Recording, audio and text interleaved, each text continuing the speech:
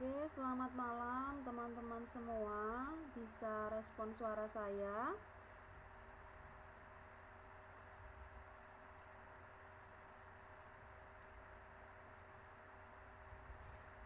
Ya, malam semuanya. Minta respon suara saya. Apakah di sana sudah terdengar dengan jelas atau belum?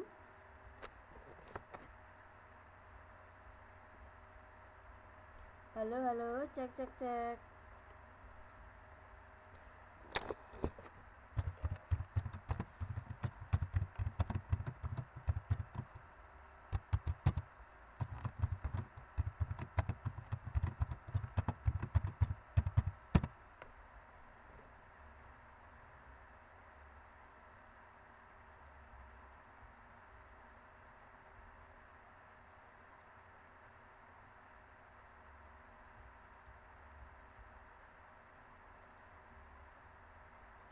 Oke, cek, cek, cek. Suaranya bagaimana? Apakah masih kecil atau sudah lebih keras dari yang pertama?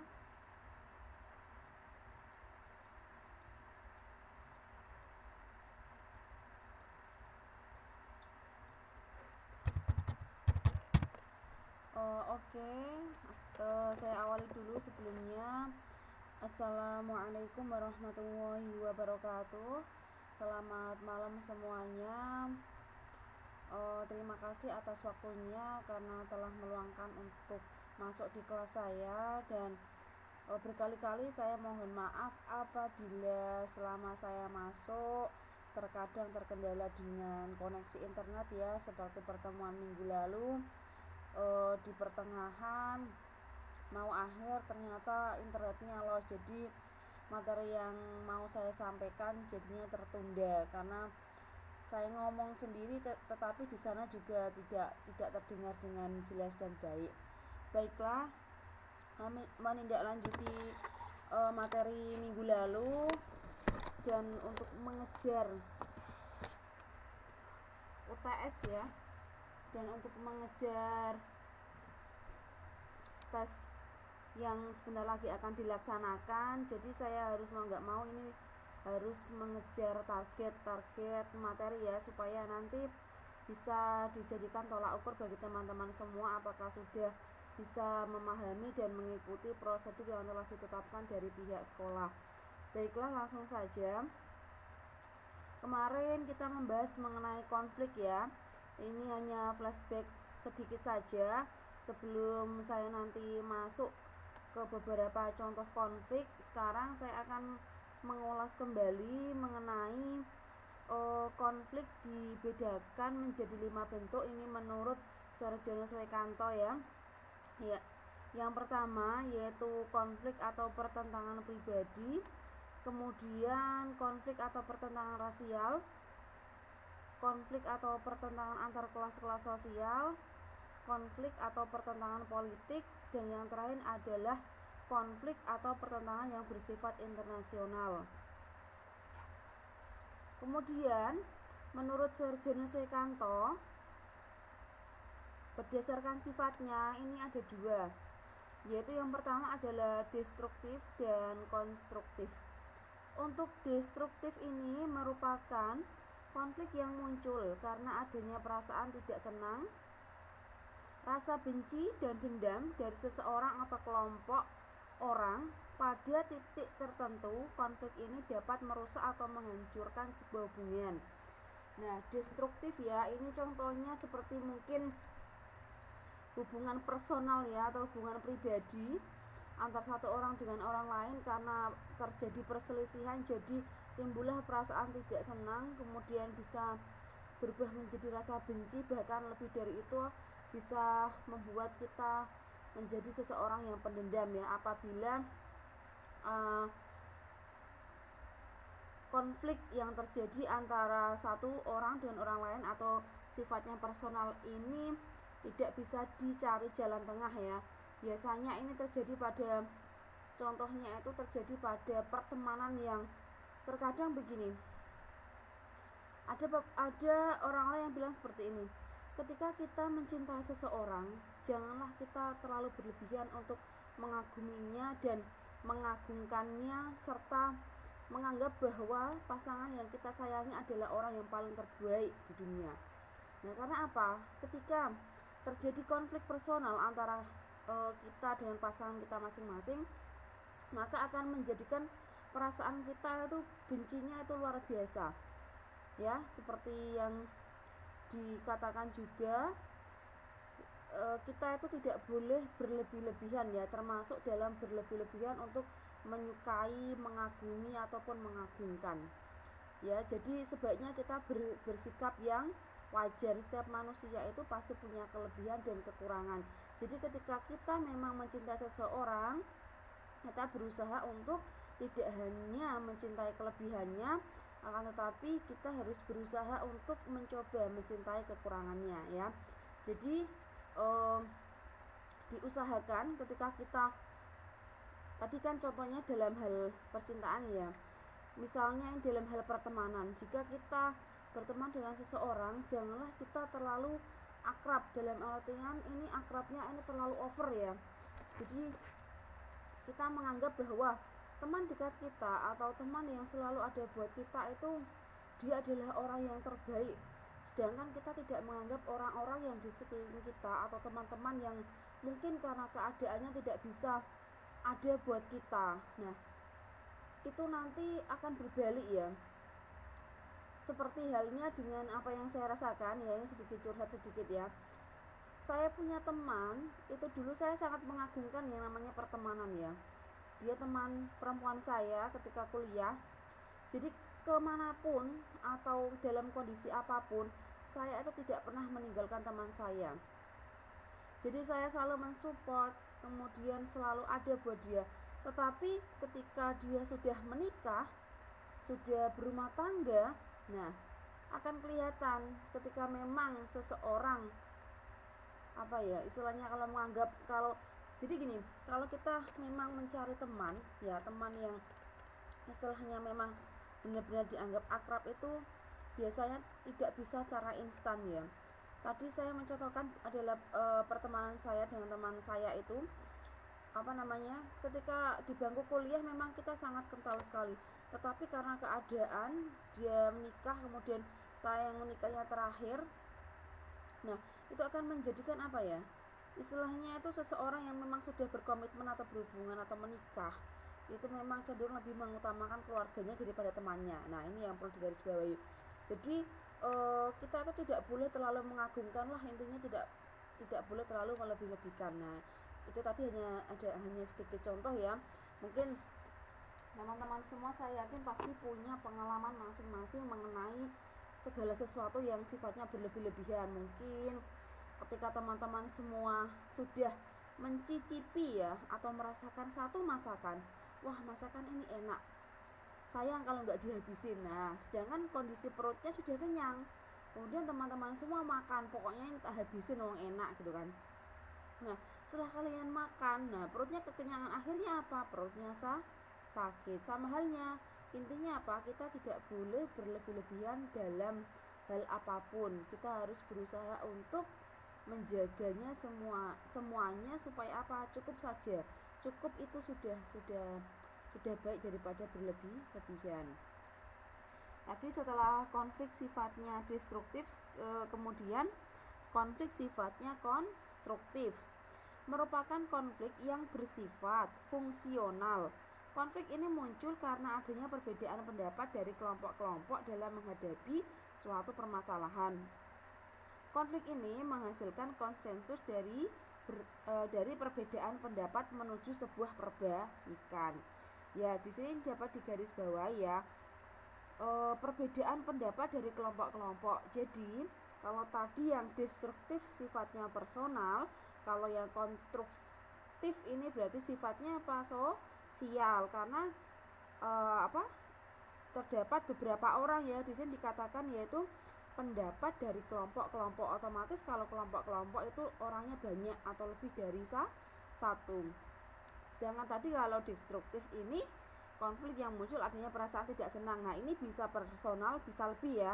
Tetapi untuk yang konstruktif ini sudah ditekankan bahwa konflik ini muncul karena adanya perbedaan pendapat. Jadi ini kalau dicontohkan mungkin seperti ketika kita musyawarah membahas suatu tema atau membahas suatu permasalahan ya, satu orang dengan dua orang lain masing-masing mengutarakan sarannya atau masukannya, tetapi tidak diterima atau bagaimana. Nah, ini merupakan contoh konflik yang sifatnya konstruktif.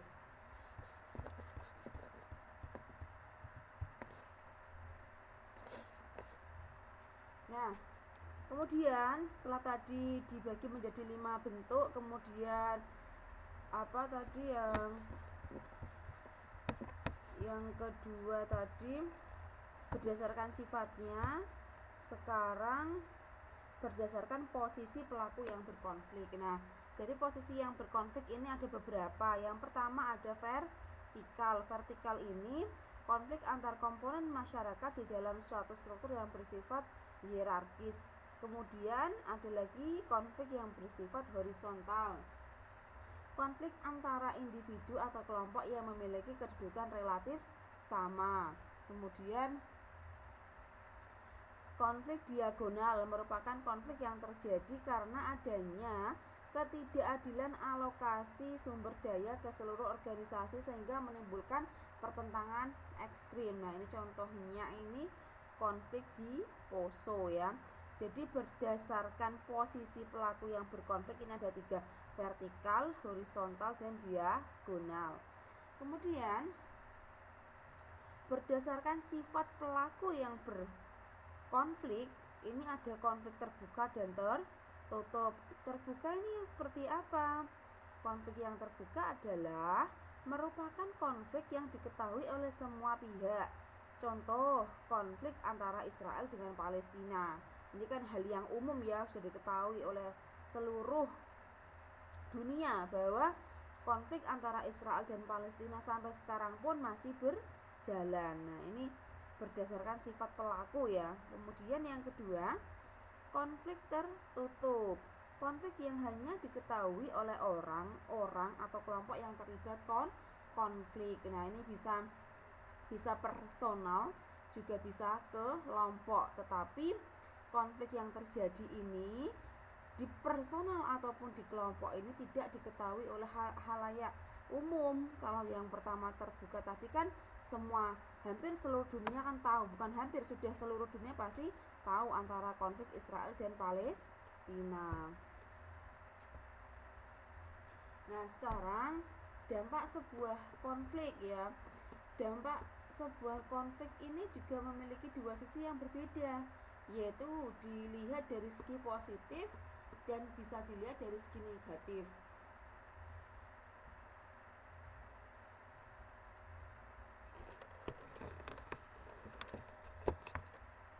Jadi konflik dari segi positif yaitu konflik dapat memperjelas aspek-aspek kehidupan yang belum jelas atau masih belum tuntas ditelaah. Kemudian yang kedua, konflik adanya penyesuaian kembali norma-norma, nilai, serta hubungan-hubungan sosial dalam kelompok bersangkutan dengan kebutuhan individu atau kelompok. Kemudian yang ketiga, konflik meningkatkan solidaritas sesama anggota kelompok yang sedang mengalami konflik dengan kelompok lain. Yang keempat, konflik merupakan jalan untuk mengurangi ketergantungan antar individu dan kelompok. Dan yang terakhir adalah konflik dapat membantu menghidupkan kembali norma-norma lama dan menciptakan norma baru.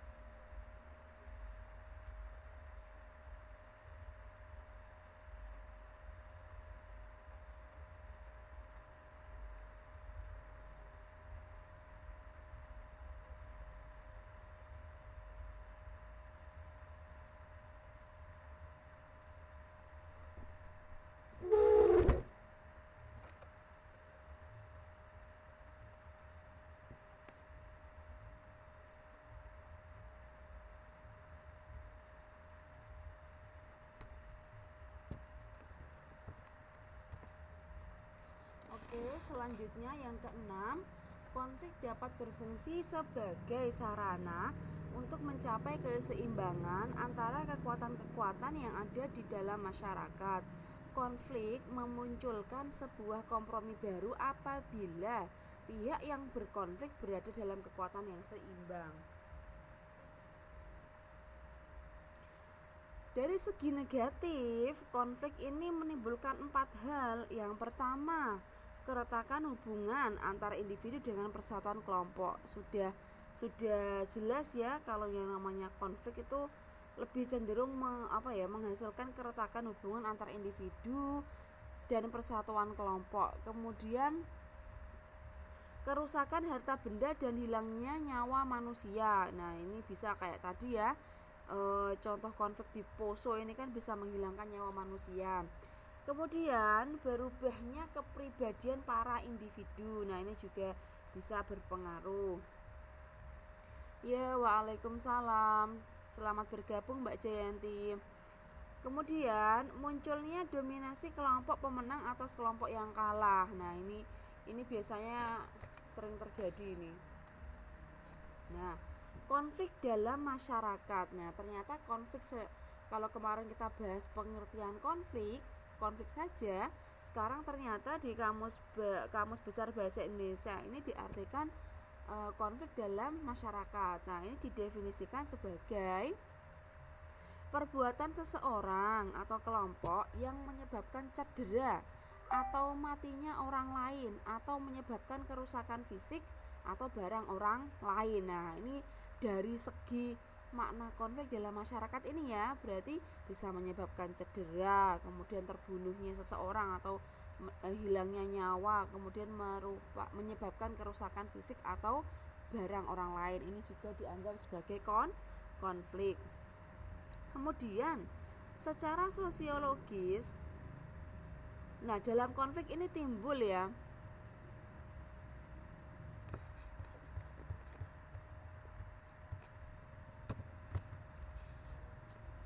Oke, semuanya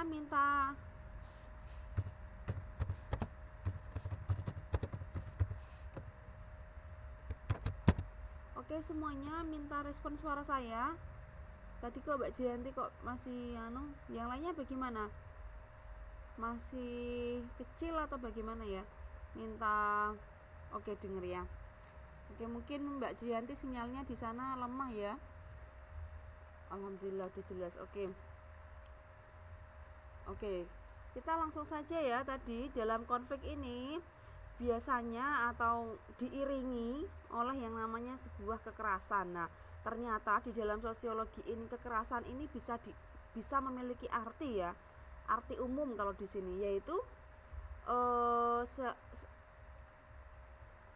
kekerasan terjadi saat individu atau kelompok yang berinteraksi mengabaikan norma-norma dan nilai-nilai sosial dalam mencapai tujuan masing-masing. Akibatnya konflik yang bermuara kepada kekerasan. Ya, ini ya, kalau kita bayangkan ya, contohnya begini. Kita punya konflik sama temen ya.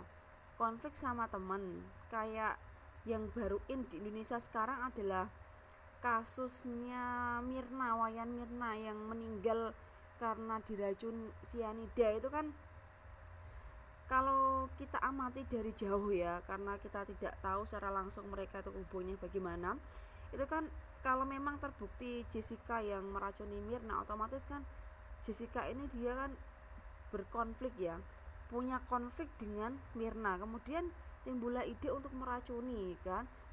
Setelah diracuni, walaupun di sini kekerasan sifatnya tidak fisik ya, nah tapi bisa menghilangkan nyawa orang lain atau selain menghilangkan nyawa juga bisa menghilangkan atau bisa menyebabkan cedera, maksud saya. Oke, seperti itu ya. Itu tadi contohnya. Kemudian teori-teori tentang kekerasan. Ternyata di sosiologi ini teori kekerasan ini memiliki beberapa teori menurut beberapa pakar ya. Yang pertama yaitu menurut Thomas Santoso ya. Menurut Thomas Santoso, teori tentang kekerasan ini dibagi menjadi 3, yaitu teori kekerasan sebagai tindakan atau aktor, individu, kemudian atau kelompok manusia melakukan kekerasan karena adanya faktor bawaan seperti kelainan genetik atau fisiologis.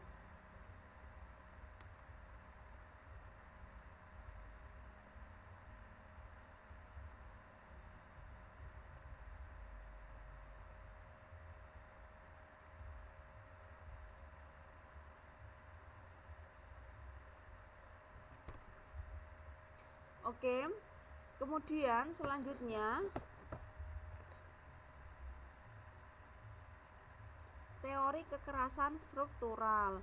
Kekerasan bukan berasal dari orang tertentu, melainkan terbentuk dalam suatu sistem sosial. Para ahli memandang kekerasan tidak hanya dilakukan oleh aktor atau kelompok semata, melainkan dipengaruhi oleh suatu struktur ya. Jadi kalau dilihat dari teori kekerasan secara struktural ini, kekerasan ini timbul karena dipengaruhi oleh orang lain ya, dipengaruhi oleh orang lain. Kemudian yang ketiga, teori kekerasan sebagai kaitan antara aktor dan struktural. Konflik merupakan sesuatu yang telah ditentukan sehingga bersifat endemik bagi kehidupan masyarakat. Oleh karena itu, ada 4 jenis kekerasan yang dapat diidentifikasi, yaitu ada 4 ya kekerasan. Yang pertama yaitu kekerasan secara terbuka atau yang dapat dilihat. Yang kedua, kekerasan secara tertutup atau kekerasan tersembunyi yang sifatnya itu berupa ancaman. Kemudian yang ketiga, kekerasan yang bersifat agresif, yang artinya kekerasan yang dilakukan untuk mendapatkan sesuatu. Contohnya ini ada penjamretan. Kemudian yang keempat yaitu kekerasan defensif, yaitu kekerasan yang dilakukan untuk melindungi diri ya. Jadi ketika kita sedang diganggu orang itu kita boleh melakukan kekerasan ya, sifatnya apa? Untuk bisa melindungi diri sendiri. Nah, bagaimana cara mengendalikan konflik dan kekerasan ya? Secara umum ada 3 macam bentuk pengendalian konflik sosial, yaitu ada konsolidasi, kemudian ada mediasi dan arbitrasi. Nah, ini ada 3 ya. Ini aspek penting untuk melakukan pengendalian konflik dan kekerasan. Yang pertama, konsolidasi dilakukan melalui lembaga-lembaga tertentu yang memungkinkan diskusi dan pengambilan keputusan yang adil di antara pihak yang bertikai. Jadi ini dilakukan oleh lembaga ya, bisa dinaungi oleh contohnya RT atau RW ketika di lingkungan masyarakat sekitar itu terdapat konflik antara satu keluarga dengan keluarga yang lain, atau mungkin karena satu keluarga itu difitnah, kemudian difitnah oleh keluarga yang lain. Nah, ini bisa dikendalikan atau bisa dibantu dengan konsolidasi, yaitu dilakukan oleh lembaga-lembaga, bisa RT, bisa RW, bisa desa dan lain sebagainya. Kemudian setelah konsolidasi yaitu yang kedua melakukan mediasi. Mediasi ini apa sih? Mediasi ini adalah sesuatu yang dilakukan apabila kedua pihak yang berkonflik sepakat untuk menunjuk pihak ketiga sebagai mediator ya. Kalau tadi kan kalau yang konsolidasi kan melibatkan lembaga. Nah, kalau yang mediasi ini harus melibatkan mediator atau mungkin orang yang bisa dianggap gimana ya, maksudnya ini dianggap memiliki pengaruh yang besar gitu ya. Kalau misalnya di keluarga kita ada konflik, itu kan biasanya orang yang tertua atau orang yang dianggap lebih ilmunya lebih tinggi atau wawasannya lebih tinggi, pasti dia dijadikan oleh sebagai mediator. Untuk apa? Untuk menengahi antara mungkin adik-adiknya dan kakak-kakaknya yang bertikai. Jadi kayak mungkin bisa Pak D, kemudian bisa orang tua dan lain sebagainya. Pokoknya dianggap orang ketiga ini yang menjadi mediator ini adalah dia yang mempunyai wibawa atau dianggap dia mampu untuk menjadi seorang mediator. Oh iya Mbak Nila, selamat datang, selamat masuk di kelas. Silahkan bergabung ya. Iya Mbak Bintang, selamat malam, silahkan bergabung ya. Iya nggak apa-apa, bisa dimaklumi. Nah, setelah tadi konsolidasi kemudian mediasi, sekarang yang ketiga adalah arbitrasi.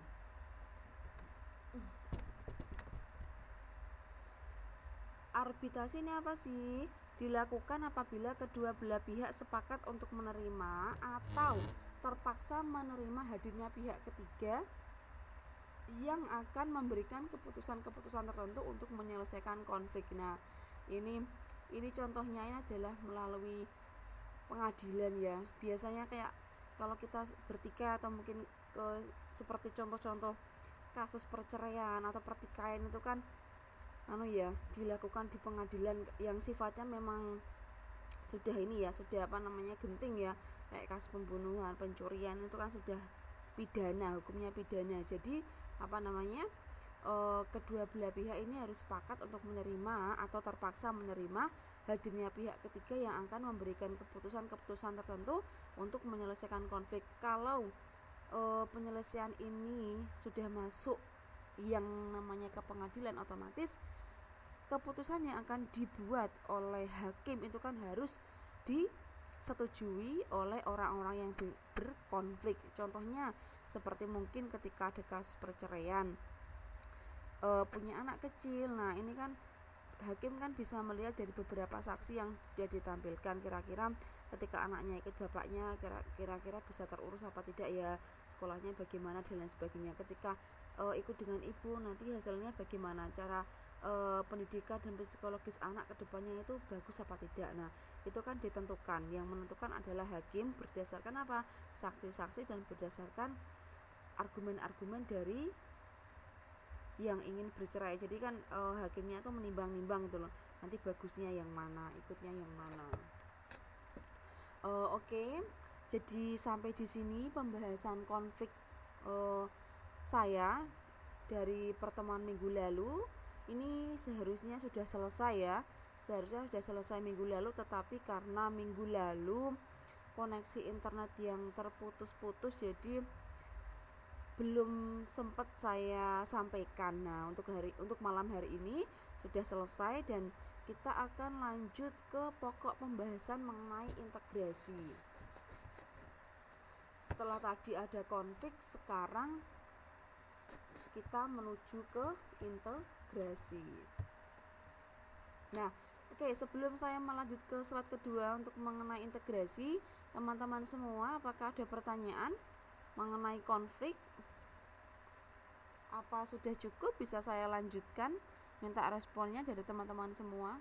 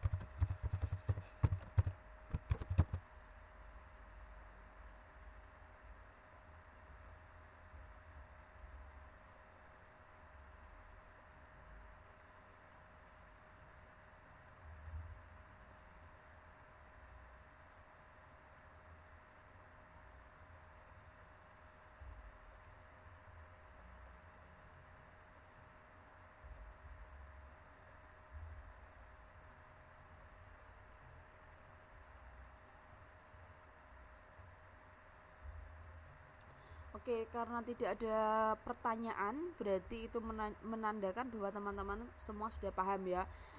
Oke, baiklah. Selanjutnya saya akan membahas mengenai integrasi.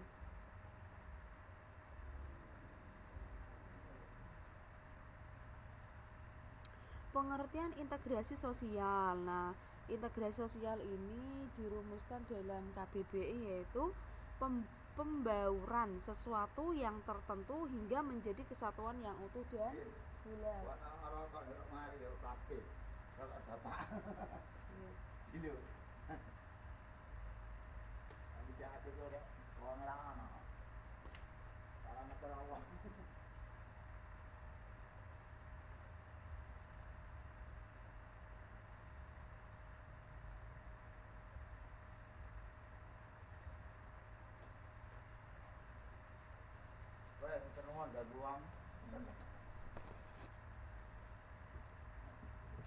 Oke, selanjutnya tadi diartikan sebagai pembauran sesuatu yang tertentu hingga menjadi kesatuan yang utuh dan bulat. Jadi, integrasi sosial ini adalah menjadikan sesuatu yang tertentu hingga menjadi kesatuan yang utuh dan bulat. Jadi kayak semacam buat pemersatu ya. Tadi kan kalau konflik itu kan adanya pertikaian ya. Jadi integrasi ini kebalikannya atau ya benar ya, kebalikannya dari konflik, karena tadi kalau konflik kan adanya pertikaian, kalau ini bagaimana sebuah permasalahan atau bagaimana sebuah konflik ini bisa diperbaiki kemudian menjadi sesuatu atau menjadi kesatuan yang utuh dan bulat. Kemudian integrasi sosial adalah, kalau tadi integrasi ya, integrasi dalam Kamus Besar Bahasa Indonesia, yang sekarang yaitu integrasi sosial adalah proses penyesuaian unsur-unsur yang berbeda dalam masyarakat sehingga menjadi satu kesatuan. Jadi hampir sama ya. Intinya apa? Integrasi ini bisa menjadi satu kesatuan. Unsur-unsur yang berbeda tersebut dapat meliputi ras, etnis, agama, bahasa, kebiasaan, sistem nilai dan lain sebagainya. Kalau kita flashback ya, dulu pernah saya menerangkan mengenai beberapa perbedaan-perbedaan dari segi ras, kemudian etnis, agama, bahasa. Itu kan kalau kita tidak menjunjung Bhinneka Tunggal Ika, otomatis tidak akan bisa menjadi sebuah satu kesatuan bangsa Indonesia. Contohnya begini, dari yang saya ketahui dahulu kala ketika Indonesia merdeka, itu kan yang berperan penting waktu itu adalah orang-orang Islam. Dan dulu sempat muncul sekali bahwa Indonesia ini akan dibawa menjadi negara Islam gitu ya. Tetapi karena setelah diamati lagi, setelah ditinjau lagi, ternyata para pejuang-pejuang yang ada di Indonesia ini tidak hanya orang-orang Islam, tetapi banyak juga yang beragama lain. Nah, oleh karena itu akhirnya keinginan-keinginan yang ingin menjadikan Indonesia sebagai negara Islam itu diurungkan. Karena apa? Melihat ternyata yang ikut berjuang dalam membela kemerdekaan di Indonesia ini adalah terdiri dari beberapa etnis, kemudian terdiri dari beberapa agama, kemudian mereka memiliki bahasa yang berbeda-beda ya. Sehingga apa? Sehingga menjadi satu kesatuan. Nah, inilah yang dinamakan integrasi sosial.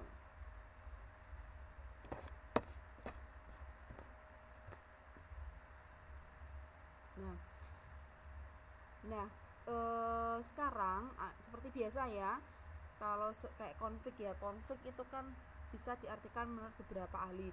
Begitu juga dengan integrasi sosial, bisa diartikan menurut beberapa ahli. Karena apa? Yang namanya sosiologi itu pasti kaitannya adalah dengan beberapa pakar, orang-orang yang sudah ahli di bidangnya. Nah, sekarang diuraikan bahwa pengertian integrasi sosial menurut Button ya. Menurut Button ini, integrasi adalah sebagai suatu pola hubungan yang mengakui adanya perbedaan ras dalam masyarakat tetapi tidak memberikan fungsi penting pada perbedaan pada ras tersebut. Nah, Kalau menurut Button ini, kalau saya punya stabilo ya, mau saya garis bawahi, ini Button ini menekankan bahwa adanya pola hubungan yang mengakui adanya perbedaan ras dalam masyarakat ya. Misalnya beberapa ras yang sudah kita pelajari kemarin-kemarin itu kan. Jadi ada suatu pola hubungan, misalnya contohnya ini kayak pernikahan gitu kan, bisa antar ras ya, ras Mongoloid dengan ras Negroid, nah itu bisa. Jadi ini diakui karena suatu pola hubungan yang mengakui adanya perbedaan ras oleh masyarakat ini menurut Button ya, itu bisa memberikan fungsi penting pada perbedaan ras tersebut, jadi dibolehkan. Kemudian menurut Howard Wiggins, integrasi sosial adalah penyatuan bagian yang berbeda dari suatu masyarakat menjadi suatu keseluruhan yang lebih utuh atau memadukan masyarakat kecil yang banyak jumlahnya menjadi satu bangsa. Nah, kalau ini sifatnya umum, masyarakat kecil ini bisa dari hal yang terkecil ya, bisa dari keluarga terkecil itu bisa, kemudian ke atasnya lagi mungkin di jenjang RT, RW, terus desa, kecamatan, kemudian kabupaten dan lain sebagainya. Jadi di sini menyatukan. Ketika saya yakin kan satu orang dengan orang lain itu kan pasti punya perbedaan ya, baik dari segi prinsip, dari sifat, dari hobi dan lain sebagainya. Nah ini menurut Howard ini dari sesuatu yang kecil-kecil ini kita satukan ya, kita sepakati bahwa tujuan utama misalnya A gitu kan, kita memiliki tujuan A. Jadi perbedaan-perbedaan yang muncul, yang perbedaan yang sifatnya kecil ini nanti kita padu-padankan ya, supaya perbedaannya ini semakin mengecil dan kelompok-kelompok masyarakat yang kecil ini bisa menjadi satu bangsa ya, kurang lebih. Selain tadi contohnya ya, kurang lebih ya seperti perbedaan ras ya, perbedaan agama itu kan sebenarnya kan perbedaan kan kalau dari segi ketuhanan memang tidak bisa dipaksakan ya, tapi dari segi kebiasaan kemudian yang lainnya saya yakin itu masih bisa. Yang paten atau yang tidak bisa diganggu gugat adalah keyakinan ya, karena keyakinan itu di atas semuanya. Oke. Selanjutnya menurut Myron Weiner ini mengatakan bahwa integrasi sosial merupakan proses penyatuan berbagai kelompok budaya dan kelompok sosial ke dalam satu kesatuan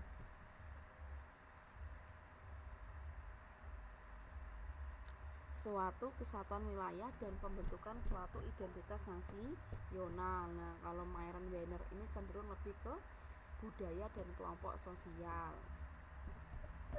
Kemudian menurut Hendro Pustito, integrasi sosial ini adalah suatu kondisi kesatuan hidup bersama dari aneka satuan sistem sosial budaya, kelompok-kelompok etnis dan kemasyarakatan untuk berinteraksi dan bekerja sama berdasarkan nilai-nilai dan norma dasar bersama guna mewujudkan fungsi sosial budaya yang lebih maju tanpa mengorbankan kebinekaan yang ada.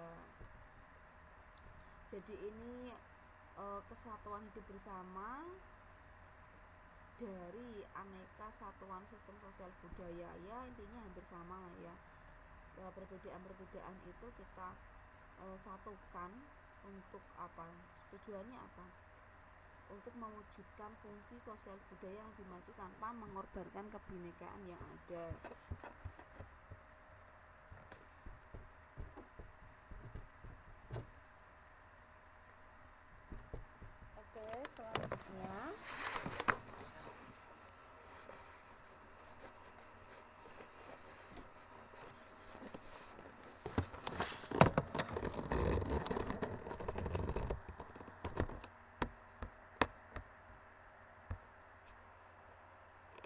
Oke, selanjutnya macam-macam integrasi.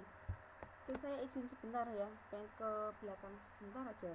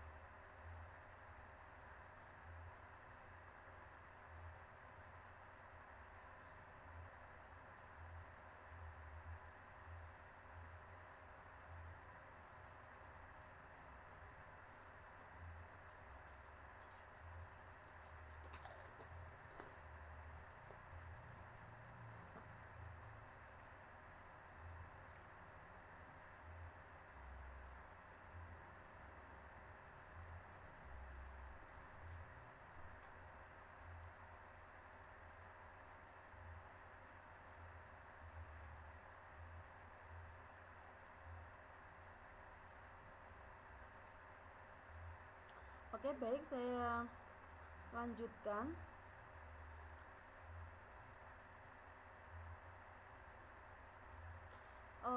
Sekarang yaitu macam-macam integrasi.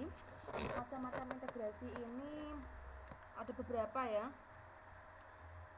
Proses integrasi tidak terjadi begitu saja, tetapi merupakan suatu proses yang panjang dalam waktu yang cukup lama, dan berikut ini adalah macam-macam integrasi. Yang pertama, integrasi kebudayaan. Integrasi kebudayaan adalah penyesuaian di antara unsur-unsur kebudayaan yang saling berbeda sehingga mencapai keserasian fungsi dalam kehidupan bermasyarakat. Tolak ukur yang dipakai untuk menentukan tinggi rendahnya sebuah kebudayaan adalah akumulasi kuantitatif dan kualitatif dari ilmu pengetahuan, teknologi, dan kemakmuran yang dihasilkan oleh suatu suku bangsa atau bangsa tertentu. Jadi penyesuaian unsur-unsur kebudayaan yang saling berbeda. Nah, ini biasanya kan yang namanya kebudayaan atau adat istiadat atau kebiasaan itu kan tidak bisa langsung kita hapuskan atau tidak bisa kita langsung tinggalkan ya. Istilahnya seperti yang kita ketahui ya, bahwa kebudayaan orang Bali itu kan mereka kan sering mengadakan kayak upacara-upacara penting kayak untuk sesajen, kemudian kayak mengadakan tari-tari. Nah, seperti itu adalah kebudayaan mereka ya, atau kebudayaan agama mereka. Beda lagi dengan kebudayaan orang-orang di Jawa. Nah, walaupun berbeda, ini kita berusaha untuk menyatukan unsur-unsur kebudayaan yang saling berbeda tadi. Jadi kita tidak boleh untuk untuk langsung wah ini untuk kebudayaan orang Jawa, wah ini orang Bali ini nggak bagus, ini masa sesajen kan mubazir makanannya nanti dibuang-buang. Nah, kita tidak boleh seperti itu karena kaitannya tadi sajen atau kebiasaan yang ada di daerah Bali itu kan sifatnya sudah ke ibadah ya. Tadi saya mengatakan bahwa keyakinan atau ibadah itu adalah tolak ukur yang paling atas yang tidak bisa diganggu gugat ya. Kalau yang lainnya mungkin masih bisa bergeser, tapi untuk yang keyakinan kemudian tadi itu tidak bisa ya, untuk keyakinan tidak bisa digeser.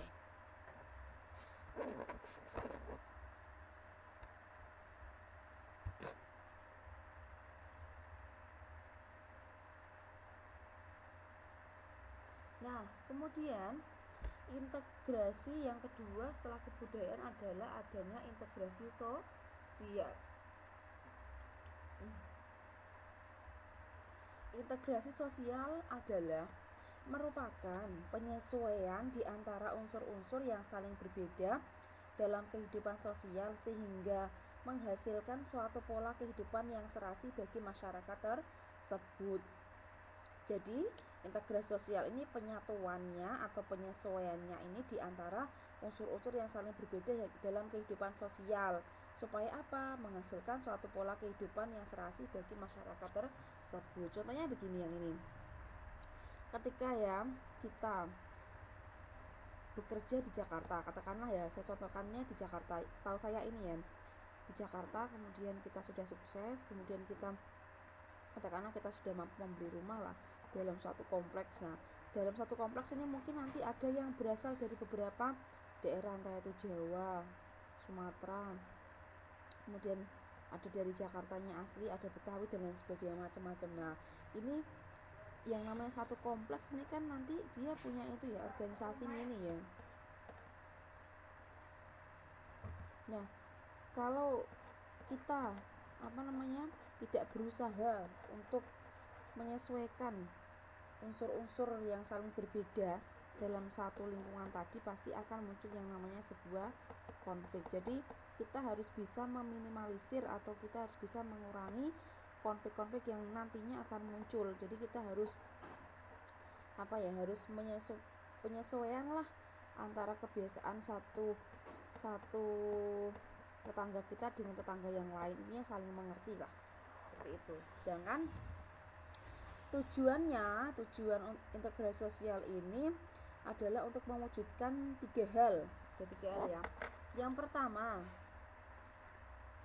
fungsionalisasi dan prestasi yang tinggi.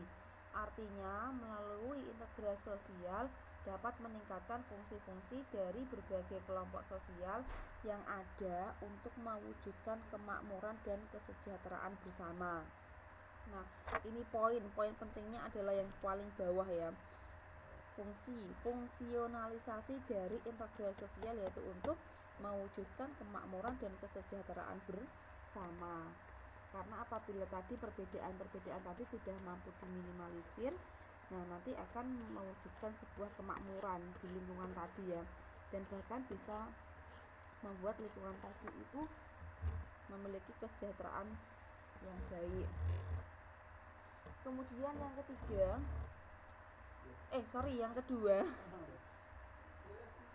mewujudkan interdependensi atau saling ketergantungan antara berbagai kelompok sosial yang ada. Nah, ini interdependensi atau saling ketergantungan nanti ketika sudah dalam satu lingkungan tadi sudah mampu atau sudah memiliki atau sudah bisa mewujudkan kemakmuran dan kesejahteraan, otomatis kan saling berkaitan. Jadi nanti bisa mempengaruhi yang lain ketika satu lingkungan tadi ada problem atau ada konflik dengan lingkungan yang terdekatnya, pasti kan akan mempengaruhi yang lain ya.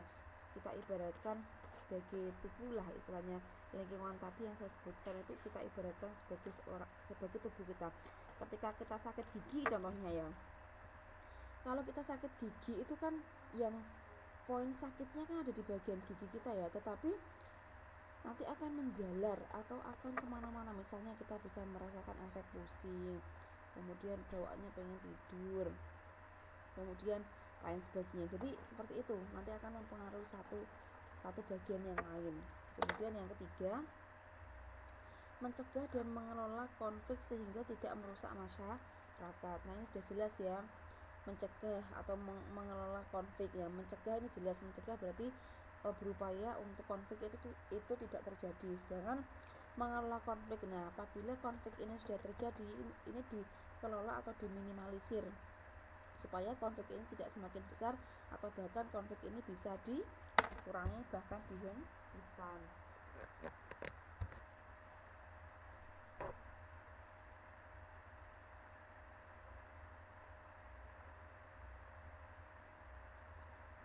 Nah, sekarang kita masuk yang ketiga. Yang ketiga ini adalah integrasi nasional, berarti sifatnya luas ya, nasional. Integrasi nasional adalah proses penyesuaian di antara unsur-unsur yang saling berbeda dalam kehidupan di masyarakat secara nasional, sehingga menghasilkan suatu pola kehidupan yang serasi fungsinya bagi masyarakat tersebut. Nah, contoh integrasi nasional ini adalah adanya Sumpah Pemuda pada tanggal 28 Oktober 1928. Jadi, unsur yang terpenting dalam integrasi nasional adalah kesadaran dan kemauan bersama untuk bersatu, dan integrasi ini berkaitan dengan integrasi budaya dan sosial yang bersifat menyeluruh sehingga membentuk kesatuan nasional Bhinneka Tunggal Ika. Nah, jadi contoh integrasi nasional ini sifatnya luas ya. Ini contohnya adalah seperti Sumpah Pemuda pada tanggal 28 Oktober 1928.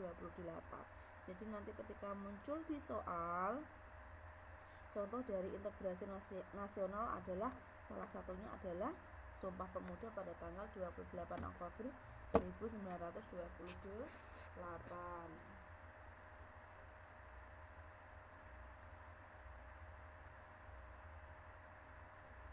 Nah, sekarang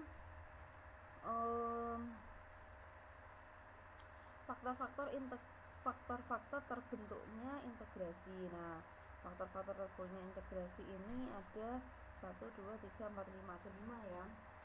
integrasi nasional dalam masyarakat akan bisa terwujud apabila ada faktor-faktor sebagai berikut. Jadi faktor-faktor ini sifatnya mendukung terhadap integrasi nasional, tetapi tadi disebutkan bahwa terwujudnya integrasi nasional ini dipengaruhi oleh integrasi sosial dan integrasi kebudayaan. Jadi saling terkait ya. Yang pertama, faktor-faktornya adanya rasa toleransi, saling menghormati dan tenggang rasa ya. Jadi ini adalah faktor-faktor penting yang membentuk adanya integrasi yang sifatnya skala nasional. Yang kedua, terjadinya perkawinan campuran antar suku ya. Ya tadi saya menyebutkan atau menyontohkan misalnya ras negroid menikah dengan ras mongoloid. Nah, ini dibolehkan ya. Supaya apa? Di sini disebutkan bahwa ini adalah faktor-faktor terbentuknya integrasi ya, supaya terjadinya perkawinan campuran antar suku. Nah, ini sudah sering ada ini beberapa contohnya. Kemudian yang ketiga, makin pesatnya komunikasi dan transportasi antar daerah. Nah, ini makin pesatnya. Kalau dulu mungkin zaman saya masih sekolah itu contohnya sering menemui angkudes ya. Angkudes itu mobil ya, istilahnya angkot lah, dari angkotnya yang mengelilingi desa saya, kemudian yang mengantar anak-anak ke sekolah dan lain sebagainya.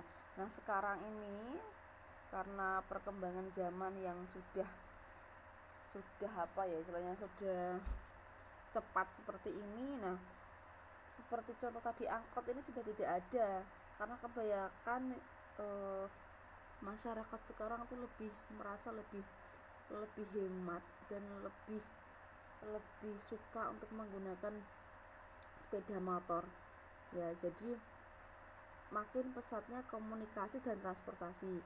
Tadi contohnya yang transportasi. Kalau yang komunikasi mungkin bisa dari HP ya. Mungkin dulu HP yang masih kecil, masih yang suaranya masih tulit gitu ya. Sekarang sudah bisa dikasih lagu. Kemudian ada lagi yang lebih keren juga, bisa bisa touchscreen gitu ya, yang pakai tangan layar sentuh kayak gitu. Jadi perkembangan alat komunikasinya ini semakin pesat. Contohnya misalnya TV gitu kan. TV dulu kalau kita ketahui asalnya kan TV tabung yang gede itu kan, yang TV zaman dulu. Kemudian berkembang menjadi LCD yang tipis. Awalnya cuma LCD-nya dipasang di atas meja, kemudian sekarang lagi tenarnya dipasang di dinding gitu kan. Nah, setelah di dinding kemudian yang lagi ini sekarang adalah TV 3 dimensi dan 4 dimensi. Jadi acaranya itu ketika kita mau menonton ya harus menggunakan kaca 3 dimensi atau 4 dimensi. Nah, ini yang sekarang baru in-nya untuk alat komunikasi ya. Kemudian yang keempat, meningkatnya solidaritas sosial yang dipengaruhi intensifnya kerjasama kelompok dalam masyarakat menghadapi kejadian bersama. Nah, kejadian bersama ini bisa diartikan ini mungkin kayak kemarin ya, ada bencana gunung meletus di Jogja, kemudian mungkin contohnya tsunami Aceh, kemudian banjir yang sering melanda Jakarta dan lain sebagainya. Nah, dengan terbentuknya sebuah integrasi atau penyatuan tadi itu akan meningkatkan solidaritas sosial. Jadi misalnya tadi ya saya katakan ada bencana di Jogja, gunung meletus. Nah, itu karena integrasinya sudah terbentuk. Jadi misalnya musibah itu kan terjadi di Jogja. Jadi pendanaan atau bantuan-bantuan itu keluar atau muncul dari segala arah atau dari berbagai kota. Mungkin bisa Jawa, mungkin bisa Surabaya, mungkin juga bisa Jakarta dan lain sebagainya. Jadi ketika memang integrasi ini tercapai ya, sesuai dengan tujuannya, pembaurannya, kemudian penyatuannya, nah nanti akan sangat-sangat meningkatkan solidaritas sosial yang dipengaruhi intensifnya kerjasama. Kemudian yang baru innya kemarin, kalau teman-teman mengupdate berita yang ada di Indonesia ya, kemarin waktu bulan puasa itu kan ada warteg yang jualan di pagi hari yang kena razia Satpol PP. Nah itu kan isunya itu kan karena yang jualan tadi kan orang yang umurnya sudah tua, sudah rentan ya, karena dia memang merasa penghidupannya dari situ, kemudian dia berjualan. Nah muncullah rasa iba oleh orang-orang lain yang menggalang dana. Isunya itu mengumpulkan uang kurang lebih 100 lebih berapa gitu yang disumbangkan kepada nenek itu gara-gara dia berjualan di pagi hari. Itu isu yang lebaran kemarin, puasa kemarin adalah innya seperti itu ya. Bahkan katakanlah gini, tadi kan yang saya contohkan kan seorang nenek-nenek yang berjualan di waktu puasa gitu kan, yang sebagian mungkin menganggap wah ini tidak menghormati, atau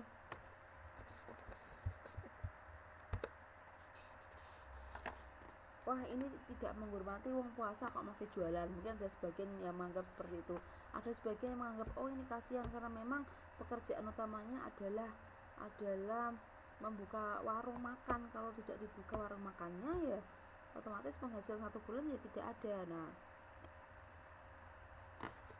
Nah seperti itulah pokoknya muter-muternya.